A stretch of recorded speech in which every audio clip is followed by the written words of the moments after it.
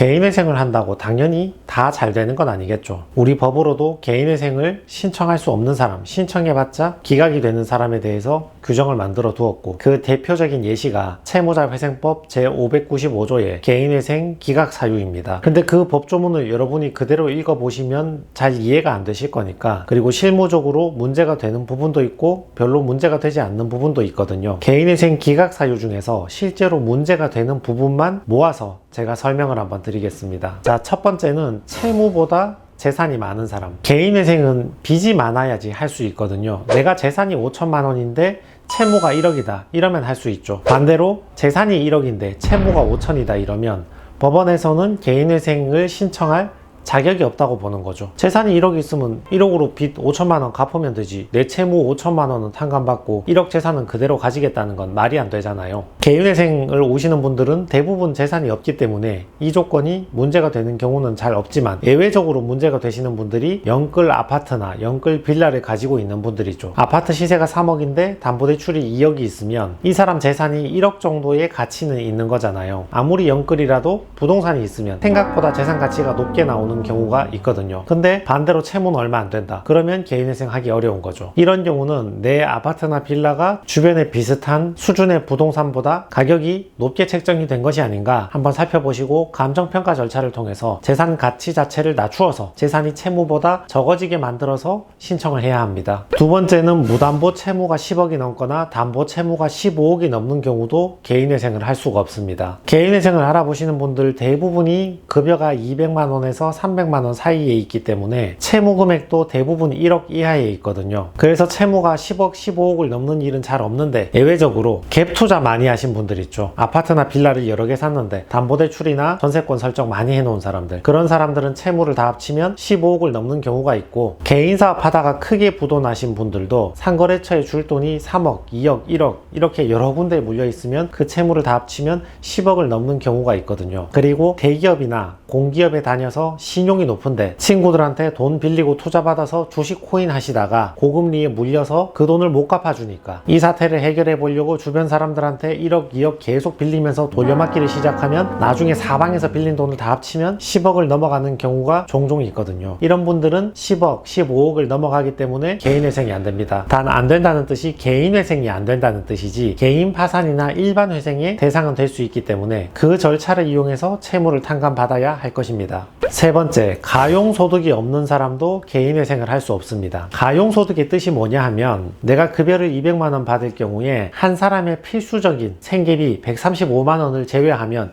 65만 원이 남잖아요. 우리 속칭 말하는 가처분 소득. 이 남아있는 65만 원이 가용소득이 되는 것이고, 이걸 가지고 변제금을 내는 것입니다. 근데 이 가용소득이 없으면 변제금 낼 돈이 없으니까 개인회생을 신청할 자격이 없는 거죠. 보통 어디를 취업해도 취업만 해 있으면 최저시급 정도는 주니까 200만 원 정도만 벌어도 가용소득은 남으니까 가용소득조차 없어서 개인회생을 못하겠다 이런 경우는 거의 없습니다. 다만 예외적으로 나이가 많거나 몸이 좀 아프다거나 이런 분들 중에서, 특히 50대 여성분인데 딱히 취업할 데가 없어서 요양보호사 일을 하는데 일주일에 두세 번 나간다, 이런 분들 한 달 소득이 100만 원 안 되는 경우가 있거든요. 몸이 아프거나 나이가 많아서 간신히 알바짜리 하나 구했는데 월 소득이 100만 원 밖에 안 된다, 이런 경우에는 1인 생계비보다도 적은 소득이니까 가용소득이 남는 게 없죠. 그래서 개인회생이 어려울 수 있습니다. 단 다른 소득 하나를 합쳐서, 두 개를 합쳐서 다시 가용소득이 존재하면 개인회생을 할 수 있거든요. 예를 들어서 요양보호사 일로 100만 원 버는데 연금으로 70만 원 받는 게 있다, 이런 분들은 하실 수 있죠. 알바 100만 원짜리 하나 있는데 카카오 대리 한 개 더해서 100만 원 더 벌어서 합계 200만 원 벌 수 있다,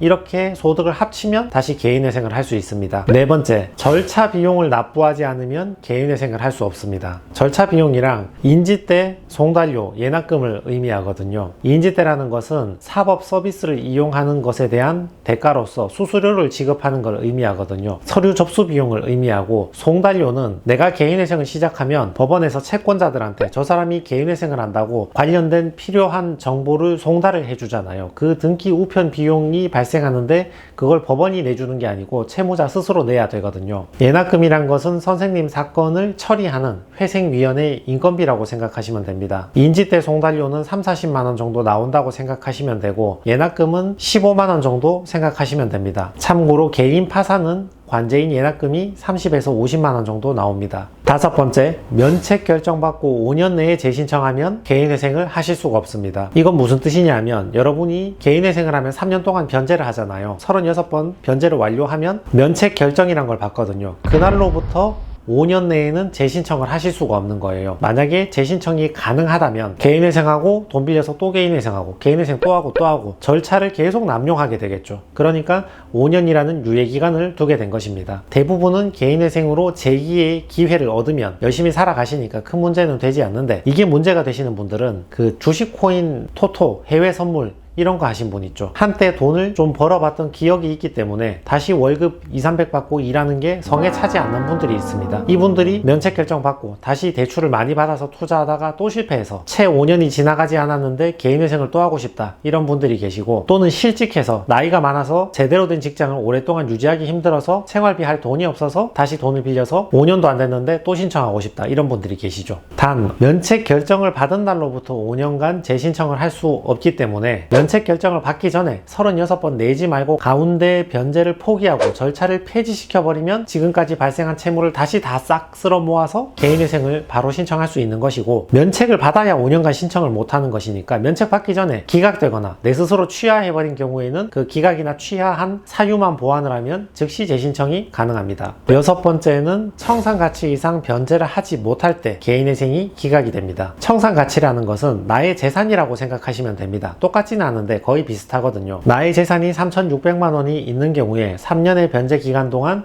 3,600만 원 이상 변제를 해야 되니까 한 달에 최소 100만 원 이상 변제를 해야 되는구나, 이걸 알 수 있죠. 개인회생을 하시는 분들은 대부분 재산이 없습니다. 있으면 개인회생을 안 하시겠죠. 그리고 보증금이 몇천만 원 있다 하더라도 소액보증금 부분은 공제를 해주기 때문에 그거 빼버리면 남는 재산적 가치가 거의 없거든요. 그래서 이게 문제가 되는 경우는 잘 없는데, 이게 문제가 되는 경우는 어떤 경우냐면 영끌 아파트나 갭 투자하신 분들 있죠. 내 아파트가 3억짜리인데 아무리 영끌을 해도 3억을 다 빌려주진 않잖아요. 2억 5천을 빌렸다 하더라도 내 재산 가치는 5천만 원은 남는 거죠. 또 예전에 2018년, 19년 2020년 이때 신청하신 분들, 신청 들어갈 때는 청산 가치가 없었는데 재판 6개월 8개월 하는 동안 아파트 가격이 급격하게 오르니까 회생위원이 볼 때 이건 청산 가치가 생겼다, 아파트가 1억이 올라서 청산 가치가 1억 이상 생겼으니까 취하하라, 한때는 그런 시절도 있었죠. 그리고 주식코인, 토토 요거 탕진하신 분들은 사치나 탕진성 사유가 있는 경우에는 그 탕진한 금액을 청산가치에 반영하는 경우가 있거든요. 그래서 이런 경우는 청산가치가 너무 커지면 그만큼 변제하기가 힘들어서 개인회생을 못하는 경우가 있습니다. 다만 재산가치가 클 경우에는 감정평가 절차를 통해서 재산적 가치를 낮추어서 통과시키는 방향을 검토해 봐야 하고, 탕진 사유가 많은 경우에는 법원마다 처리 규정이 다르거든요.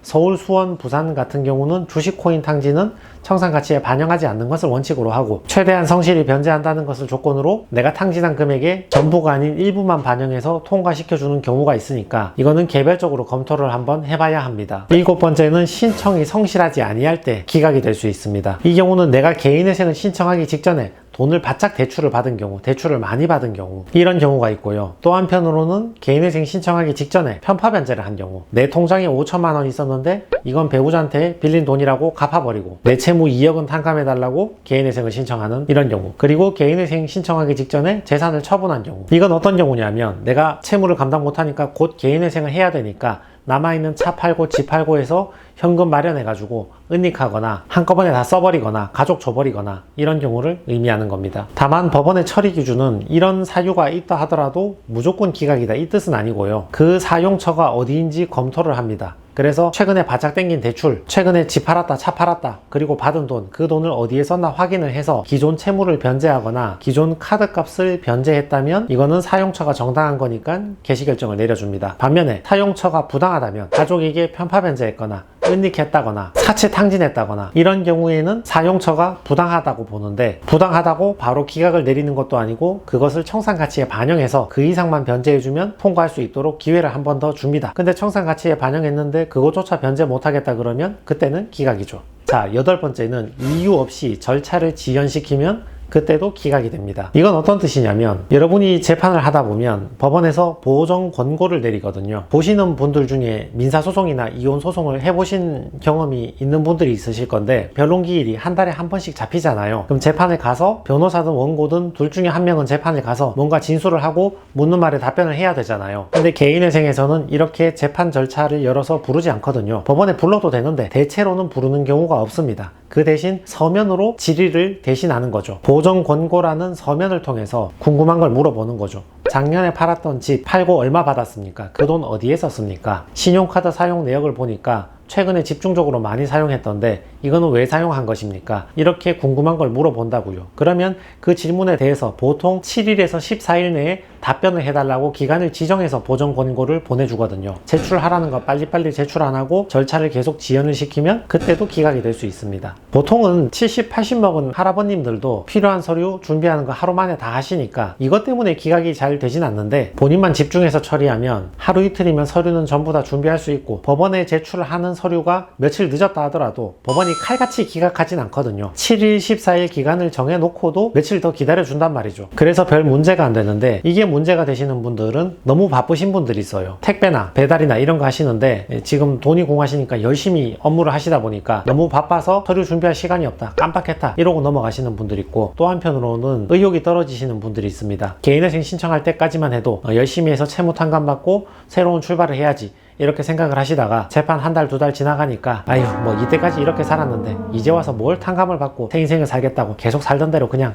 살지 뭐 이렇게 하시면서 의욕이 떨어지니까 연락도 잘 안 되고 전화해도 잘 받지도 않으시고 서류 준비가 안 돼서 기각되는 경우가 있습니다. 우리 법원에는 보정 연기 신청이라는 제도가 있으니까 부득이한 사유가 있을 때는 조금 천천히 내겠다고 연기 신청을 해도 되거든요. 주의하실 것은 14일 내에 보정 서류를 제출하라고 했는데 여러분이 12일째 가지고 오시면 변호사 사무실에서 제출을 못 할 수도 있잖아요. 사무실도 사무실 나름대로 의견을 적고 자료를 첨부하고 서류를 만들어서 제출해야 되는데 12일, 13일째에 들고 와버리면 저희가 작성할 시간이 없잖아요. 그러니까 최대한 빨리 협조해 주시는 게 유리합니다. 제가 지난번 개인회생이 안 되는 거 정리하는 영상에서도 설명을 드렸지만 요거 통과하시면 어찌됐건 채무를 5천이든 7천이든 탕감을 받으시는 거잖아요. 서류 하루만 열심히 준비하면 5천만 원 탕감 받는데 여러분 어디 가서 일한다고 하루 일당 5천만 원, 7천만 원 주는 데는 없잖아요. 그러니까 하루 동안 열심히 서류를 준비하는 것은 충분히 가성비 있고 가치 있는 일이니까 조금만 서둘러서 서류 준비하시는 게 좋을 것 같습니다. 그래서 개인회생을 해도 탕감이 안 되는 경우 이렇게 알아봤는데 여러분에게 참고가 좀 되었으면 좋겠습니다.